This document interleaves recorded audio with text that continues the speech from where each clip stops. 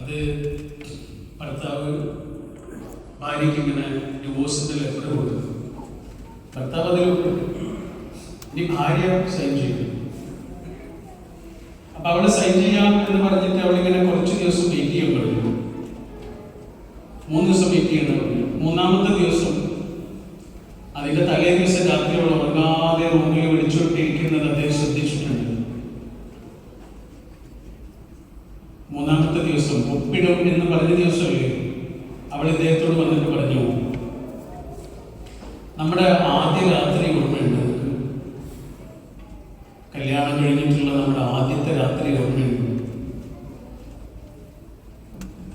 ആ രാത്രിയേക്കാൾ എനിക്ക് ഇഷ്ടപ്പെട്ടത് ഏതാണെന്നറിയോ? ആ രാത്രി പുലർന്നതിന്റെ പിറ്റേ ദിവസം നിങ്ങൾ എന്നെ റൂമിൽ നിന്ന് ഇങ്ങനെ എടുത്തുകൊണ്ട് വന്നിട്ടുണ്ട്. എടുത്തുകൊണ്ട് വന്ന് ഇങ്ങനെ അടുക്കളയിൽ നിങ്ങളിങ്ങനെ എന്നെ അടുക്കള വരെ എടുത്തുകൊണ്ട് ഇങ്ങനെ വന്നിട്ട് അടുക്കളയിൽ നിങ്ങൾ എന്നെ താഴെ വെച്ചത് ആ നിമിഷമാണ് എനിക്ക് ഏറ്റവും ഇഷ്ടപ്പെട്ട നിമിഷം. എനിക്ക് മറക്കാൻ കഴിയും. നിങ്ങൾ തന്ന ഡിവോഴ്സ് നോട്ടീസിൽ ഞാൻ ഉൾപ്പെടാം. പക്ഷെ എനിക്ക് 3 കാര്യങ്ങൾ ചെയ്തു തരണം. ഡിവോഴ്സ് എന്നുള്ളത് നിങ്ങളുടെ ആവശ്യമാണല്ലോ, അതുകൊണ്ട് എൻ്റെ ഒരു ആവശ്യം നിങ്ങൾ അനുസരിക്കണം. 3 കാര്യങ്ങൾ. 1, എനിക്കൊരു 30 ദിവസം തരണം. അത് കഴിഞ്ഞാൽ പിന്നെ നമുക്ക് പിരിയാം. 30 ദിവസം. പക്ഷെ ആ 30 ദിവസം ഞാനും നിങ്ങളും മോനും ഒരുമിച്ച് ഭക്ഷണം കഴിക്കും, പറ്റുന്നത്രയും സമയം. പിന്നെ നമ്മൾ 3 പേര് ഒരുമിച്ച് ഉറങ്ങുകയും. പിന്നെ ഈ 30 ദിവസവും രാവിലെ നിങ്ങൾ എന്നെ ഒന്ന് എടുത്തിട്ട് ആ പൂന്തോട്ടം വരെ ഒന്ന് കൊണ്ടുപോകും. ജസ്റ്റ് വീടിന്റെ പുറത്തേക്ക് വരും. അത്ര മതി. അതെന്റെ ഒരു ആഗ്രഹം. ഇനി നമ്മുടെ ജീവിതത്തിൽ ഒരിക്കലും ഒരുമിച്ച് കഴിയില്ലല്ലോ. അതുകൊണ്ട് ഈ 30 ദിവസങ്ങൾ മാത്രം എനിക്ക് അതൊന്ന് ചെയ്തു തരുമോ എന്ന് ചോദിച്ചു. അദ്ദേഹം ആലോചിക്കേണ്ടത് ഒരുമിച്ച് ഉറങ്ങുക എന്നുള്ളത് ഒരു പ്രശ്നമില്ല. ഒരുമിച്ച് ഭക്ഷണം കഴിക്കുക എന്ന് പറഞ്ഞാൽ അതും പ്രശ്നമില്ല. പക്ഷെ സ്നേഹമില്ലാതെ നിസ്സംഗനായി ഉള്ളിൽ സ്നേഹമില്ല, വെറുപ്പില്ല, ഒന്നുമില്ല. അങ്ങനെ ഒരു മനുഷ്യനെ എങ്ങനെ എടുക്കുക? കയ്യിലെടുക്കുന്നില്ലെങ്കിൽ അയാളൊന്ന് നോക്കാൻ പോലും കഴിയില്ല. അത് അദ്ദേഹത്തിന് എളുപ്പമായിരുന്നു. രാവിലെ എടുത്തുകൊണ്ട് മുറ്റം വരെ കൊണ്ടുപോകാൻ എന്നുള്ളത് ഒട്ടും ഈസി ആയിരുന്നില്ല. പക്ഷെ അദ്ദേഹം ആലോചിച്ചു, ഇതെന്റെ ആവശ്യമുണ്ടല്ലോ, ഡിവോഴ്സ് ഉള്ളത് എന്റെ ആവശ്യമുണ്ടല്ലോ. ഓക്കെ, അദ്ദേഹം സമ്മതിച്ചു. അപ്പൊ അന്ന് രാത്രി വരെ അവരുടെ ഭക്ഷണമൊക്കെ അവർ ഒരുമിച്ച് കഴിച്ചു. അന്ന് രാത്രി അവർ 3 പേരും ഒരുമിച്ച് ഉറങ്ങുകയും ചെയ്തു. പിറ്റേ ദിവസം രാവിലെ അവളെ ഇങ്ങനെ കയ്യിലെടുക്കുമ്പോൾ അയാൾക്ക് ഭയങ്കര ഭാരം തോന്നി. ഭയങ്കര ഭാരം. അവൾക്ക് എന്താണ് ഇത്രയും ഭാരം എന്ന് ആലോചിക്കുക പോലും ചെയ്തു. അങ്ങനെ എടുത്തുകൊണ്ട് ഇങ്ങനെ മുറ്റത്തേക്ക് വരുമ്പോൾ അവരുടെ മോൻ 9ാം ക്ലാസ് പഠിക്കുന്ന മോനാണ്. മോൻ അത് കണ്ടിട്ട് ഇങ്ങനെ അച്ഛനെയും അമ്മയെയും ഇങ്ങനെ കൈയടിച്ചിട്ട് ഇങ്ങനെ പ്രോത്സാഹിപ്പിച്ചു. അയാൾക്കതൊരു പരിഹാസം പോലെ തോന്നി. അയാളിങ്ങനെ എടുത്തിട്ട് അവിടെ കൊണ്ടുവന്ന് വെച്ചു. ഒരു കല്ലൊക്കെ എടുത്തിട്ട് വെക്കുന്നത് പോലെ ഇങ്ങനെ കൊണ്ടുവന്ന് വെച്ചു. പ്രത്യേകിച്ചൊന്നും തോന്നിയില്ല. അങ്ങനെ 2-ാമത്തെ ദിവസം കഴിഞ്ഞു, 3-ാമത്തെ ദിവസം കഴിഞ്ഞു, 4-ാമത്തെ ദിവസം കഴിഞ്ഞു. ദിവസങ്ങൾ ഇങ്ങനെ കഴിയുമ്പോൾ ഒരു 11-ാമത്തെ ദിവസമൊക്കെ ആയപ്പോഴാണ് അദ്ദേഹം ഇങ്ങനെ പതിവ് അനുഷ്ഠാനം പോലെ ഇത് ചെയ്യും. രാവിലെ ഉണരുമ്പോൾ ഇങ്ങനെ എടുത്തിട്ട് കൊണ്ടുപോയിട്ട് വെക്കും. ആ 11-ാമത്തെ ദിവസം ഇങ്ങനെ കയ്യിലെടുത്തിട്ട് ഇങ്ങനെ നടക്കുമ്പോഴാണ് അവരുടെ മുടിനാരികൾ ഇങ്ങനെ പാറി അയാളുടെ മുഖത്തേക്ക് ഇങ്ങനെ തട്ടിയിട്ട് ഇങ്ങനെ പാറി. അപ്പോഴാണ് അയാൾ ശ്രദ്ധിച്ചത്. അവളിങ്ങനെ നോക്കി. ദേഷ്യപ്പെടാൻ പോലും ഒന്ന് നോക്കിയിട്ട് എത്രയോ മാസങ്ങളായി. അവളെ ഇങ്ങനെ നോക്കുമ്പോഴേ മുടിയൊക്കെ ആദ്യം ധരിച്ചിട്ടുണ്ട്. 36 വയസ്സായ ഒരു പെണ്ണാണ്, പെൺകുട്ടിയാണ്. എന്നിട്ട് ഇത്രയൊക്കെ നിൽക്കുകയാണ്. നമുക്ക് എന്താ പറ്റിയത്? അങ്ങനെ ഓരോ ദിവസവും ഇങ്ങനെ ഒളി കണ്ടിട്ട് നോക്കും.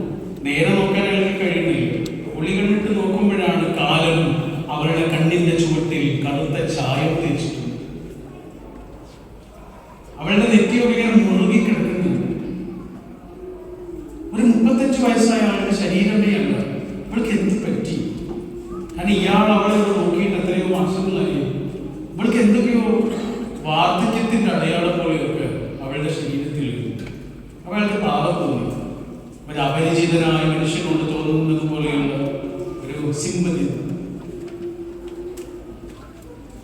ദിവസങ്ങൾ ഇങ്ങനെ കഴിഞ്ഞു. അവൾക്ക് സന്തോഷമായിരുന്നു, കാരണം കഴിയാനായിരുന്നു ഇത്. പക്ഷെ കഴിയാനാകുന്നതോടെ ഇയാൾക്ക് എന്തോ ഒരു വിഷമം വരുന്നു. ഏതോ ഒരു തരത്തിലുള്ള ഒരു കണക്ഷൻ അവരുടെ ഉള്ളിൽ ഇങ്ങനെ ഫീൽ ചെയ്യുന്നുണ്ട്. പക്ഷെ ഇത് പറയാനും കഴിയുന്നില്ല. 30ാമത്തെ ദിവസം ആയപ്പോഴേക്ക് ഇയാൾ ആകെ മാറിയത്. ഒരു 10 ദിവസം കഴിഞ്ഞപ്പോഴേക്ക് എടുക്കുമ്പോൾ ഭാരമില്ലാതായി. 1ാമത്തെ ദിവസം ഭയങ്കര ഭാരമായിരുന്നു.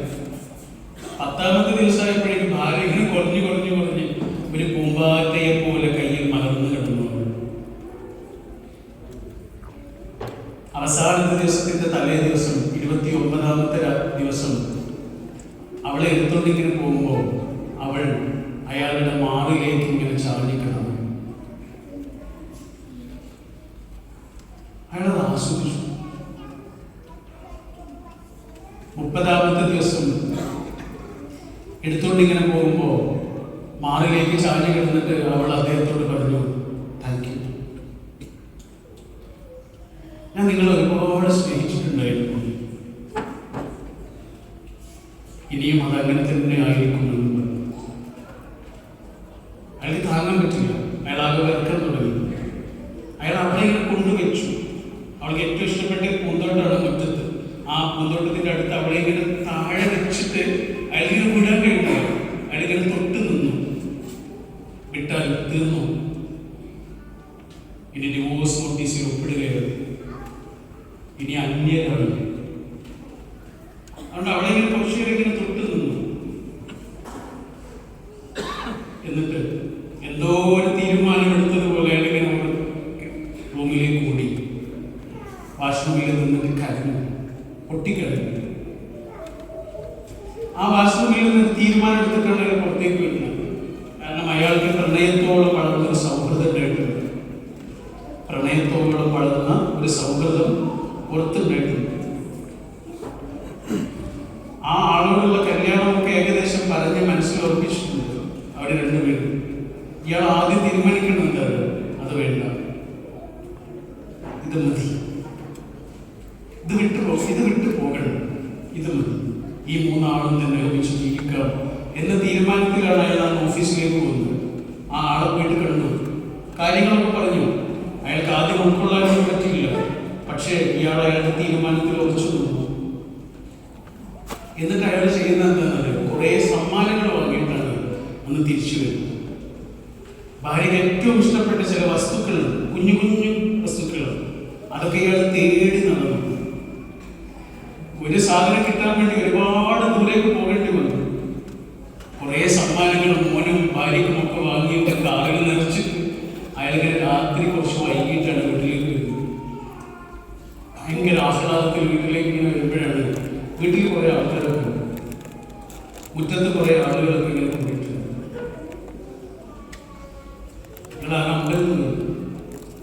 സമ്മാനങ്ങളൊക്കെ കൊണ്ട് വീട്ടിലേക്ക് സന്തോഷത്തോടെ വരുമ്പോൾ മോനും ഭാര്യയും കാത്തിരിക്കുന്നുണ്ടാവും എന്നാണ് വിചാരിച്ചത്. പക്ഷെ മോൻ ഓടി വന്നിട്ട് കരഞ്ഞു. എന്താ പറ്റിയെന്ന് ചോദിച്ചപ്പോൾ മോനൊന്നും പറയുന്നില്ല. അപ്പൊ ആ കൂടി നിൽക്കുന്ന കൂട്ടത്തിൽ ഇയാൾക്ക് പരിചയമുള്ള ഒരു ഡോക്ടറുണ്ട്. ആ ഡോക്ടറെ ഇയാളിങ്ങനെ നോക്കിയിട്ട് എന്താ സംഭവം എന്ന് ചോദിച്ചു. ഡോക്ടർ ഓടി വന്നു. എന്നിട്ട് പറഞ്ഞു, വിടാ, അവൾക്ക് വയ്യായിരുന്നു, അവൾക്ക് വലിയ അസുഖമാണ്. പക്ഷെ അത് ആരോടും പറയരുത് എന്നോട് പ്രത്യേകം പറഞ്ഞു. പക്ഷെ ആ അസുഖത്തിന്റെ അടയാളങ്ങൾ അവളുടെ ശരീരത്തിൽ വരാൻ തുടങ്ങി. നീ അത് ശ്രദ്ധിച്ചിരുന്നു? ക്യാൻസറിന്റെ അടയാളങ്ങളൊക്കെ അവളുടെ ശരീരത്തിൽ ഇങ്ങനെ വരാൻ തുടങ്ങിയിരുന്നു. നിങ്ങളത് ശ്രദ്ധിച്ചിരുന്നോ? 36 വയസ്സുള്ള ഒരാളുടെ ശരീരമായിരുന്നില്ല കുറച്ച് കാലമായിട്ട്. അത് ശ്രദ്ധിച്ചിരുന്നോ? അവിടെ പോയി. ചിത്ര പെട്ടെന്ന് പോകാൻ മാത്രമൊന്നും ആയിരുന്നില്ലല്ലോ അസുഖം എന്ന് ഡോക്ടർ ഇങ്ങനെ ഒറ്റയ്ക്ക് പറഞ്ഞു. ഇളങ്ങനെ കരഞ്ഞുകൊണ്ട് ആ വീട്ടിലേക്ക് കയറുമ്പോൾ ഒന്നുമില്ല. ഇപ്പൊ നമ്മുടെ തൊട്ടടുത്തിരിക്കുന്ന ഒരാളില്ലേ, ഈ വിശുദ്ധമായ ഈ ഉൾവശത്തിരിക്കുന്ന ആളുകൾ, നമ്മുടെ തൊട്ടടുത്തുള്ള ഒരാളില്ലേ, അയാളുടെ ചൂടിന് മേലെ ഇങ്ങനെ തൊട്ട് നോക്കിയോ ഒരു ചൂടുണ്ടാവും. അതിന്റെ അർത്ഥം അയാൾ ജീവിച്ചിരിക്കുന്നുണ്ട്. ഒരു ദിവസം ഇങ്ങനെ തൊട്ട് നോക്കുമ്പോൾ ഈ ചൂടുണ്ടാവില്ലോ, തണുത്തിട്ടുണ്ടാവും അല്ലേ? നമ്മൾ അതിന് പറയാ മരിച്ചു എന്നാണ്. പിന്നെ നമ്മൾ എന്ത് പറഞ്ഞിട്ട് എന്ത് കാര്യം? അപ്പൊ എന്താണ് സ്നേഹം എന്ന് പറഞ്ഞാല്? സ്നേഹം എന്ന് പറഞ്ഞാല് കാരുണ്യം എന്നാണ്. ശരിക്കും കാരുണ്യം എന്ന് പറഞ്ഞാൽ എന്താ? അയാളുടെ അവസ്ഥകളെ അംഗീകരിക്കുക, അത്രയേ ഉള്ളൂ. അപ്പൊ നമ്മുടെ കൂടെ ജീവിക്കുന്ന ഒരു മനുഷ്യന് ഓരോ സമയത്ത് ഓരോ അവസ്ഥകളുണ്ട്. അതിനൊറ്റ കാരണങ്ങൾ വേണ്ട മനുഷ്യനാണ്, അത്രയും. ആ അവസ്ഥകളെ അംഗീകരിക്കലാണ് ശരിക്കും പറഞ്ഞാല് സ്നേഹം. അയാൾക്ക് വേണ്ടി കാത്തിരിക്കാനുള്ള ഒരു ക്ഷമയാണ്. ഇപ്പൊ ബൈബിളിലാണെങ്കിൽ